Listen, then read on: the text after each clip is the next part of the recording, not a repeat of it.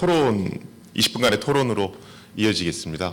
무대 정렬할 동안 뭐 사이버 보안 뭐 이런 것들에 대해서 8분의 강연자가 쭉 얘기를 해주셨습니다. 많은 분들이 실제로 저도 외부에서 이렇게 강연을 하다 보면 야 뭐 컴퓨터 뭐 해킹 뭐 이런 게 뭐 그렇게 많겠어? 뭐 이렇게 얘기를 하세요. 근데 공식적으로 우리나라 주요 공공기관의 하루 평균 들어오는 해킹 시도 건수는 138만 건 정도 됩니다. 그게 하루에 들어오는 거고요. 그게 이제 1년 365일 동안 계속 반복되고 있다고 보시면 되겠습니다. 그래서 사실 우리나라는 굉장히 해킹 위협에 또는 이런 악성 코드의 위협에 많이 노출된 나라라고 생각하시면 될 것 같고요. 또 뭐 나는 그렇게 중요한 사람이 아닌데 뭐 나 같은 사람 해킹하겠어요? 뭐 이런 얘기도 많이 하십니다. 실제 강연을 가다 보면. 근데 해킹을 사람이 하는 게 아니고 해커들이 짜놓은 프로그램이 자동으로 그냥 무차별적으로 하는 겁니다. 그래서 내가 그 방어 태세가 제대로 안 돼 있으면 언제든지 나도 당할 수 있다라는 걸 이번 기회를 통해서 좀 이렇게 각인하셨으면 좀 어떨까 싶습니다. 준비 다 됐나요? 네, 그러면 네 분 강연자들은 무대로 나와주시기 바랍니다. 예, 뭐 암호화폐, 온라인 게임 보안, 랜섬웨어, 그다음에 금융 보안 관련해서 이제 각 분야 전문가분들이 쭉 얘기를 해주셨고요. 저희가 사전 질문을 받았습니다. 받아서 그 중에서 이거는 좀 의미가 있다라고 하는 질문을 뽑았고요. 그래서 사전 질문 받았던 내용에 대한 답을 우선적으로 해드리는 걸로 하겠습니다. 먼저 김희강 고려대 교수님께 드리는 질문입니다. 온라인 게임 보안에서 개인에 대한 어떤 PC 보안이 굉장히 중요할 것 같은데 가정에서 사용하는 PC 보안을 어떻게 하면 좋을지요? 라는 질문을 주셨습니다. 네, 많이들 궁금해하실 것 같은데요. 이제 제가 오늘 설명드린 거는 게임 회사에서 모든 게임 이용자들을 위해 가지고 제공해준 수단을 충분히 활용하자라는 의미가 들어 있습니다. 근데 기본적으로는 자기 몸은 자기가 지켜야 됩니다. 그래서 기본적으로 PC에 보안 업데이트 설치하는 거, 백신 설치하는 건 기본적으로 해두셔야 되고요. 그리고 요즘에는 PC 게임보다는 휴대폰으로 하는 모바일 게임 훨씬 많이 하고 계실 겁니다. 그래서 이거 고스톱 한판 치고 이거 게임 잠깐 하려고 내가 이렇게까지 해야 되라고 생각하지 마시고 어차피 게임을 하는 용도가 아니더라도 내 휴대전화에서 인터넷 뱅킹도 하고 중요한 문자도 많이 받으실 테니 모바일 백신도 하나 정도 설치해 두시면은 꽤 도움이 될 것 같습니다. 예, 저도 뭐 외부 이제 강연 가면 저희 PC를 어떻게 지키면 됩니까? 스마트폰을 어떻게 하면 됩니까? 뭐 이 얘기를 많이 질문을 해주세요. 그럼 저도 이제 항상 제일 중요하다라고 얘기하는 게 업데이트입니다. 근데 이제 업데이트는 명심하셔야 될 게 있습니다. 뭐냐면 예를 들어 마이크로소프트든 구글이든 이런 데서 업데이트 하십시오라고 공지가 뜨면 그 공지는 여러분만 보시는 게 아니잖아요. 해커들도 봅니다.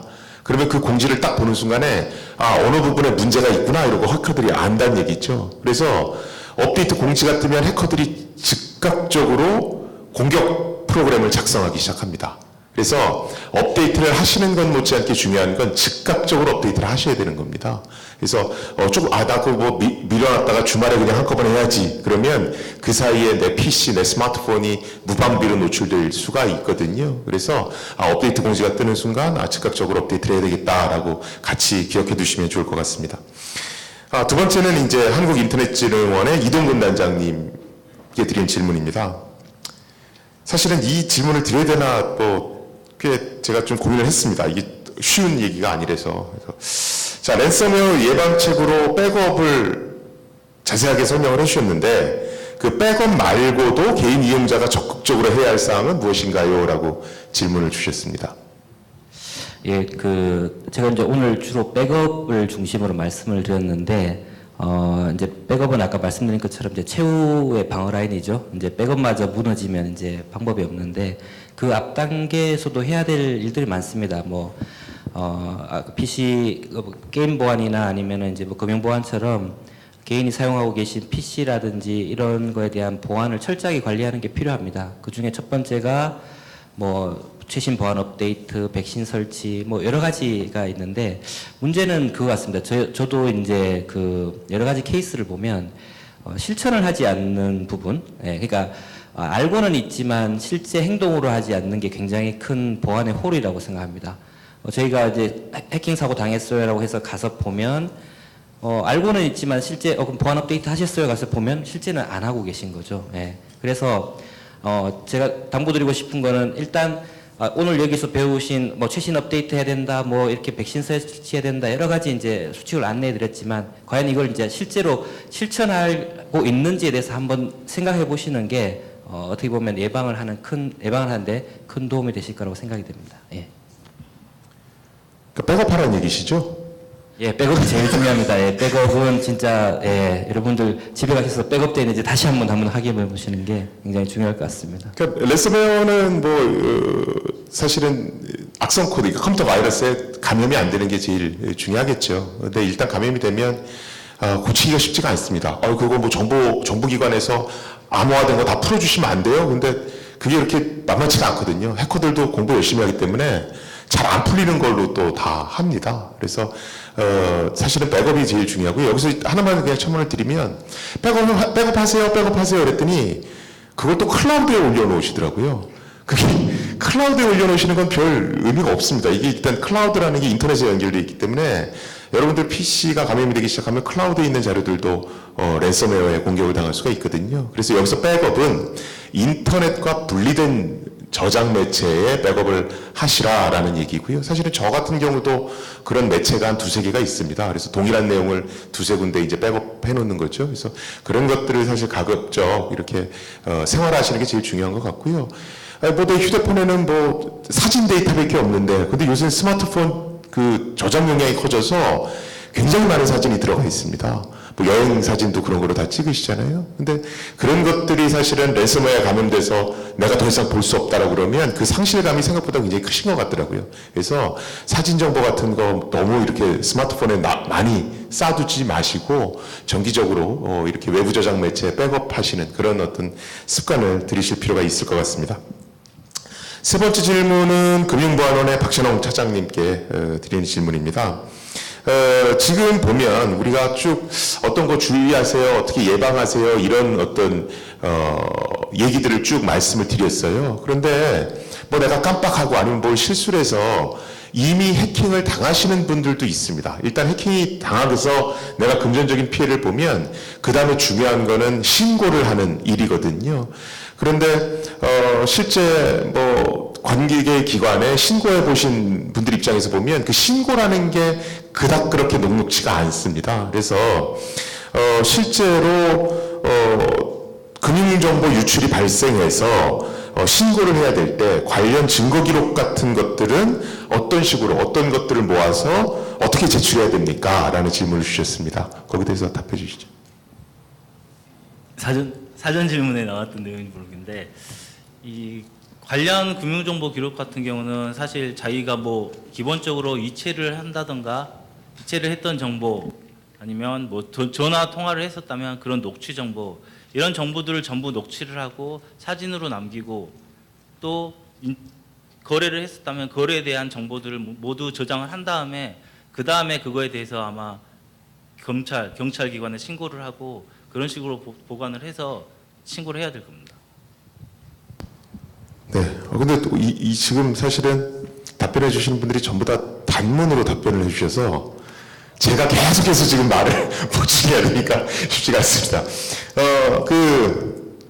금융 쪽 관련해서는 사실은 신고를 하실 때 뭐 보호나라도 있고 뭐 기사도 있고 금융보안원도 있고 뭐 여러 창구가 있습니다. 근데 이제 증거 기록이 제출이 돼야 그런 신고를 받아주거든요.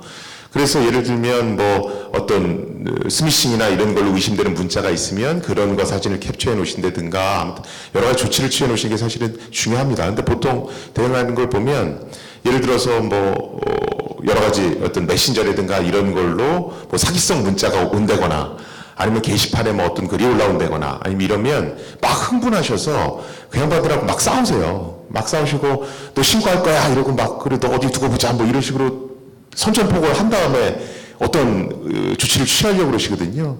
근데 신고한다 그러면 그 다음에 그 친구들은 다 자료를 지웁니다. 그럼 다 자료를 지운 다음에 신고하려고 그러면 증빙 자료가 없으니까 이제 신고할 수가 없죠. 그래서 어떤 어떤 뭐 스미싱이든 어떤 금융과 관련한 어떤 해킹 위협이 나한테 들어오고 있다. 그러면 만약에 그걸 인지하셨으면 그런 것들에 관련해서 맞대응하지 마시고 관련 기록들을 좀 스크린 화면 캡처 같은 거 하셔서 차곡차곡 모아두실 필요가 있고요.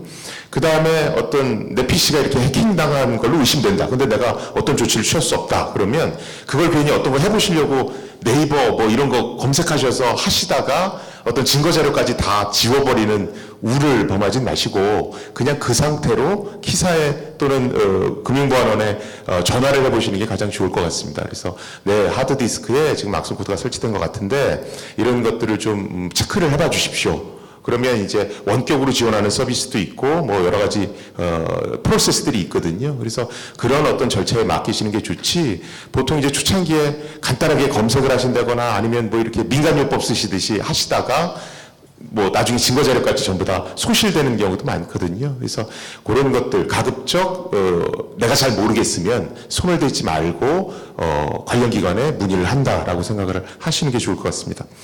네 번째는 뭐 제게 온 질문인데요. 사실 암호화폐 관련한 사전 질문이 제일 많았었습니다. 뭐 워낙 이슈라서. 근데 그 중에서 제가 하나만 꼽아 보면 암호화폐 거래소 해킹 사례가 많아지고 있는데 투자자 보호를 위한 최소한의 가이드가 필요합니다. 이에 대한 거래소 정책에 대해서 알고 싶습니다. 뭐 이 질문을 주셨습니다. 뭐 암호화폐 거래소 관련해서 여러 이슈가 많으니까 정부가 왜 가이드라인을 안 줍니까? 뭐 왜 이렇게 손 놓고 있습니까? 왜 이렇게 손 놓고 있습니까? 이런 질문을 굉장히 많이 하세요. 그런데 이제 잘 신문 같은 거 검색을 해보시면 암호화폐 거래소든가 이런 어떤 핀테크와 관련한 이런 업체 대표님들 뭐라고 얘기하시냐면 자율 규제를 하겠습니다. 아니면 뭐 네거티브 규제를 하게 해주세요. 뭐 이런 얘기들을 굉장히 많이 하실 겁니다. 포지티브 규제와 네거티브 규제를 잠깐 말씀드리면 포지티브 규제는 정부에서 너 이런 사업하려면 이런 거 해. 그러고 일일이 가이드라인을 다 주는 게 포지티브 규제입니다. 네거티브 규제는 너 하고 싶은 거 다 해. 그 대신 사고 나면 그거에 대해서 너가 책임져. 이런 게 이제 네거티브 규제입니다. 우리나라 같은 경우에 굉장히 신기한 게 여러분들이 어떤 은행의 인터넷 뱅킹을 쓰시든 다 똑같이 생겼죠. 그렇죠? 이게 이제 포지티브 규제이기 때문에 그렇습니다. 과거에는 우리나라 이제 전자금융 감독 규정이라는 곳에 너희들 인터넷 뱅킹 서비스 하려면 이런 프로그램들 설치해야 돼. 이렇게 아주 친절하게 가이드라인을 정부가 내려줬거든요. 그런데 이렇게 가이드라인을 내려주다 보니까 가이드라인을 내려주면 사업자는 굉장히 좋습니다. 나 인터넷 뱅킹 할 때 이런 프로그램만 설치하면 내가 사업을 할 수 있겠네? 그러니까 업체들은 굉장히 편하죠. 근데 이럴 경우에 이제 사용자들한테 그 피해가 좀 가는 그런 어떤 경우가 발생을 합니다. 우리 이제 해킹 사고 날 때 가장 많이 나오는 얘기 중에 하나가 불가항력이었습니다. 뭐 이런 거죠. 그 불가항력이었습니다 하는 건 두 가지 중에 하나입니다. 북한이 했거나 아니면 정부 지침대로 충실히 따랐는데 내가 해킹을 당했거나. 그런데 사실은 북한이 했다라고 해서 항상 막을 수 없는 해킹이 일어나는 건 아닙니다.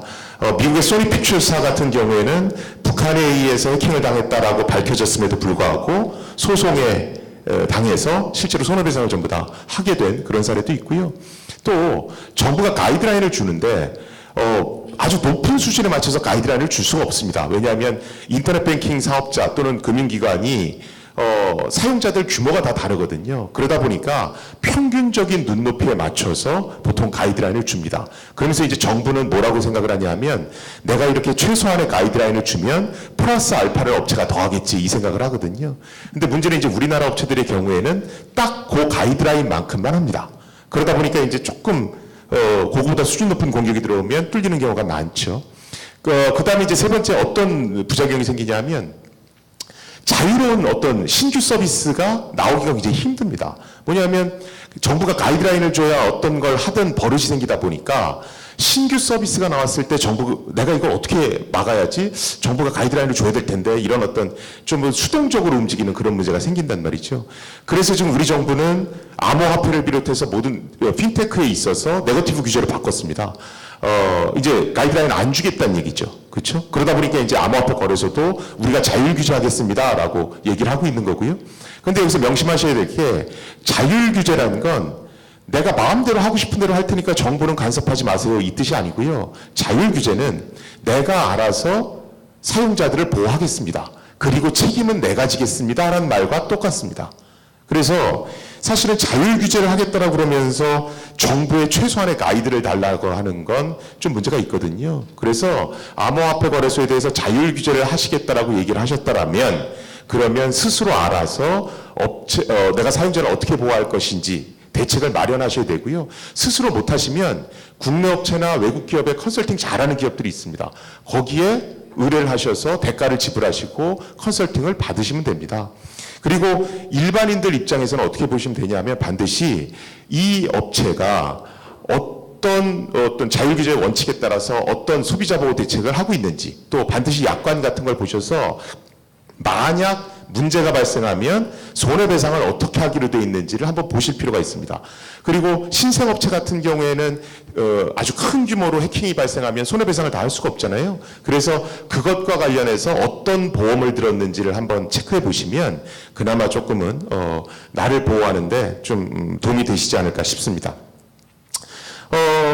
저희가 한 5분 정도가 남았는데요. 저희가 정해진 질문 말고 플로어에서 한두 개 정도 질문을 받아볼까 합니다. 혹시 질문 있으십니까? 네, 중앙대 산업창업대학원의 강철순 교수입니다. 조금 전에 우리 사회자님께서 이 얘기를 하신 것과 마찬가지로 우리나라의 그 핀테크화 또 블록체인이나 가상화폐나 이것에 대한 관심이 아까도 이 얘기하는 다른 나라보다도 세계 기술력으로 보나 우리가 첫째라고 그러는데 이제 문제는 우리 가상화폐 아까 그런 그 기업체들이 또 뚫리는 것도 우리나라가 제일 많이 뚫리고 있거든요.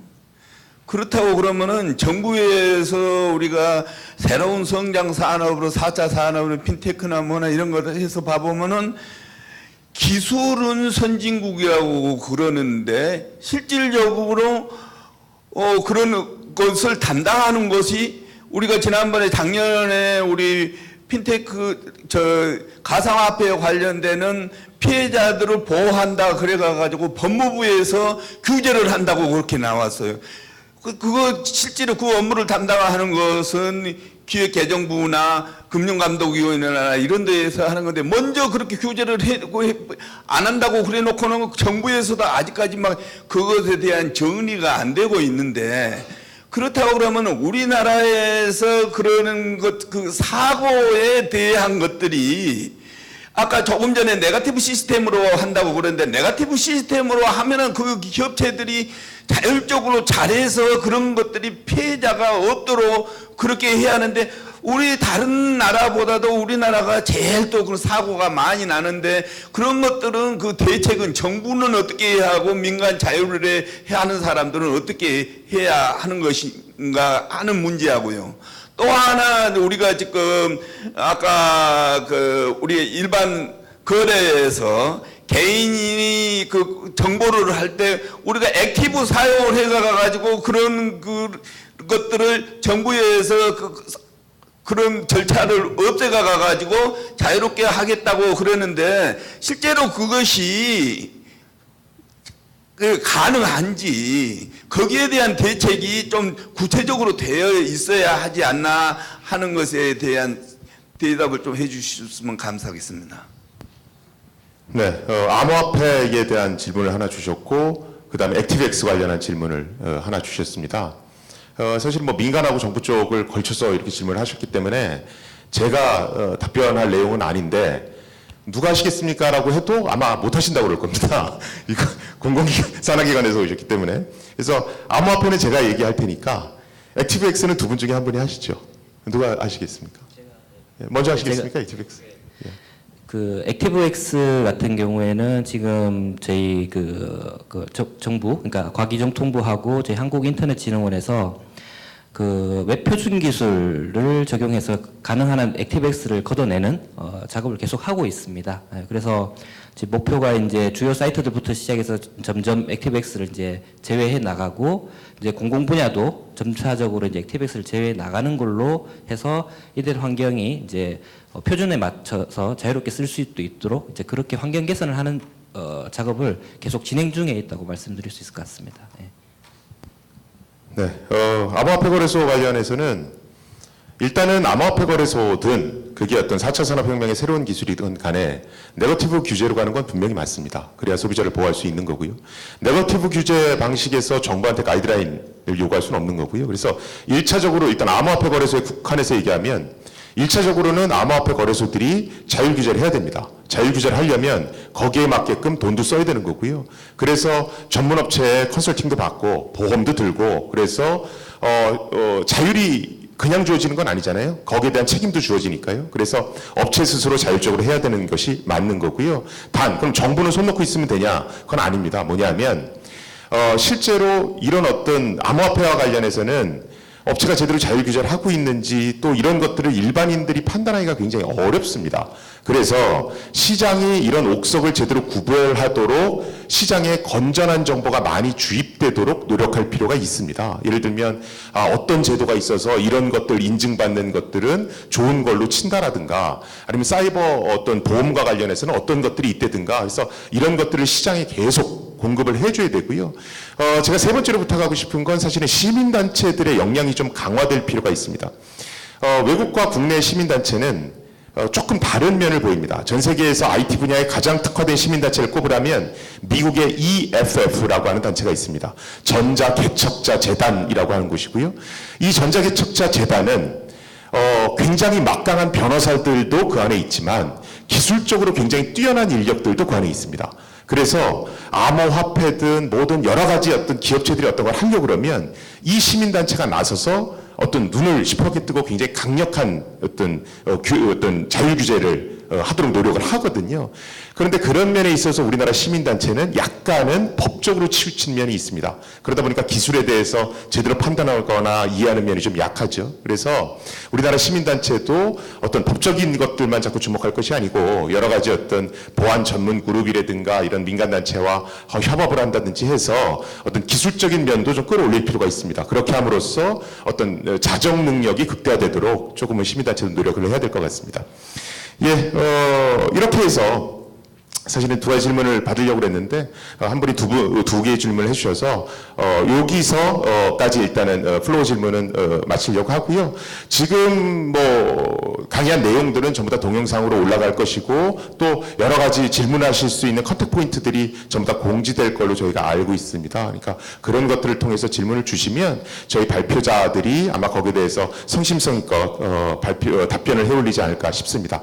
예, 긴 시간 강연에 자리를 지켜주셔서 감사합니다. 감사합니다.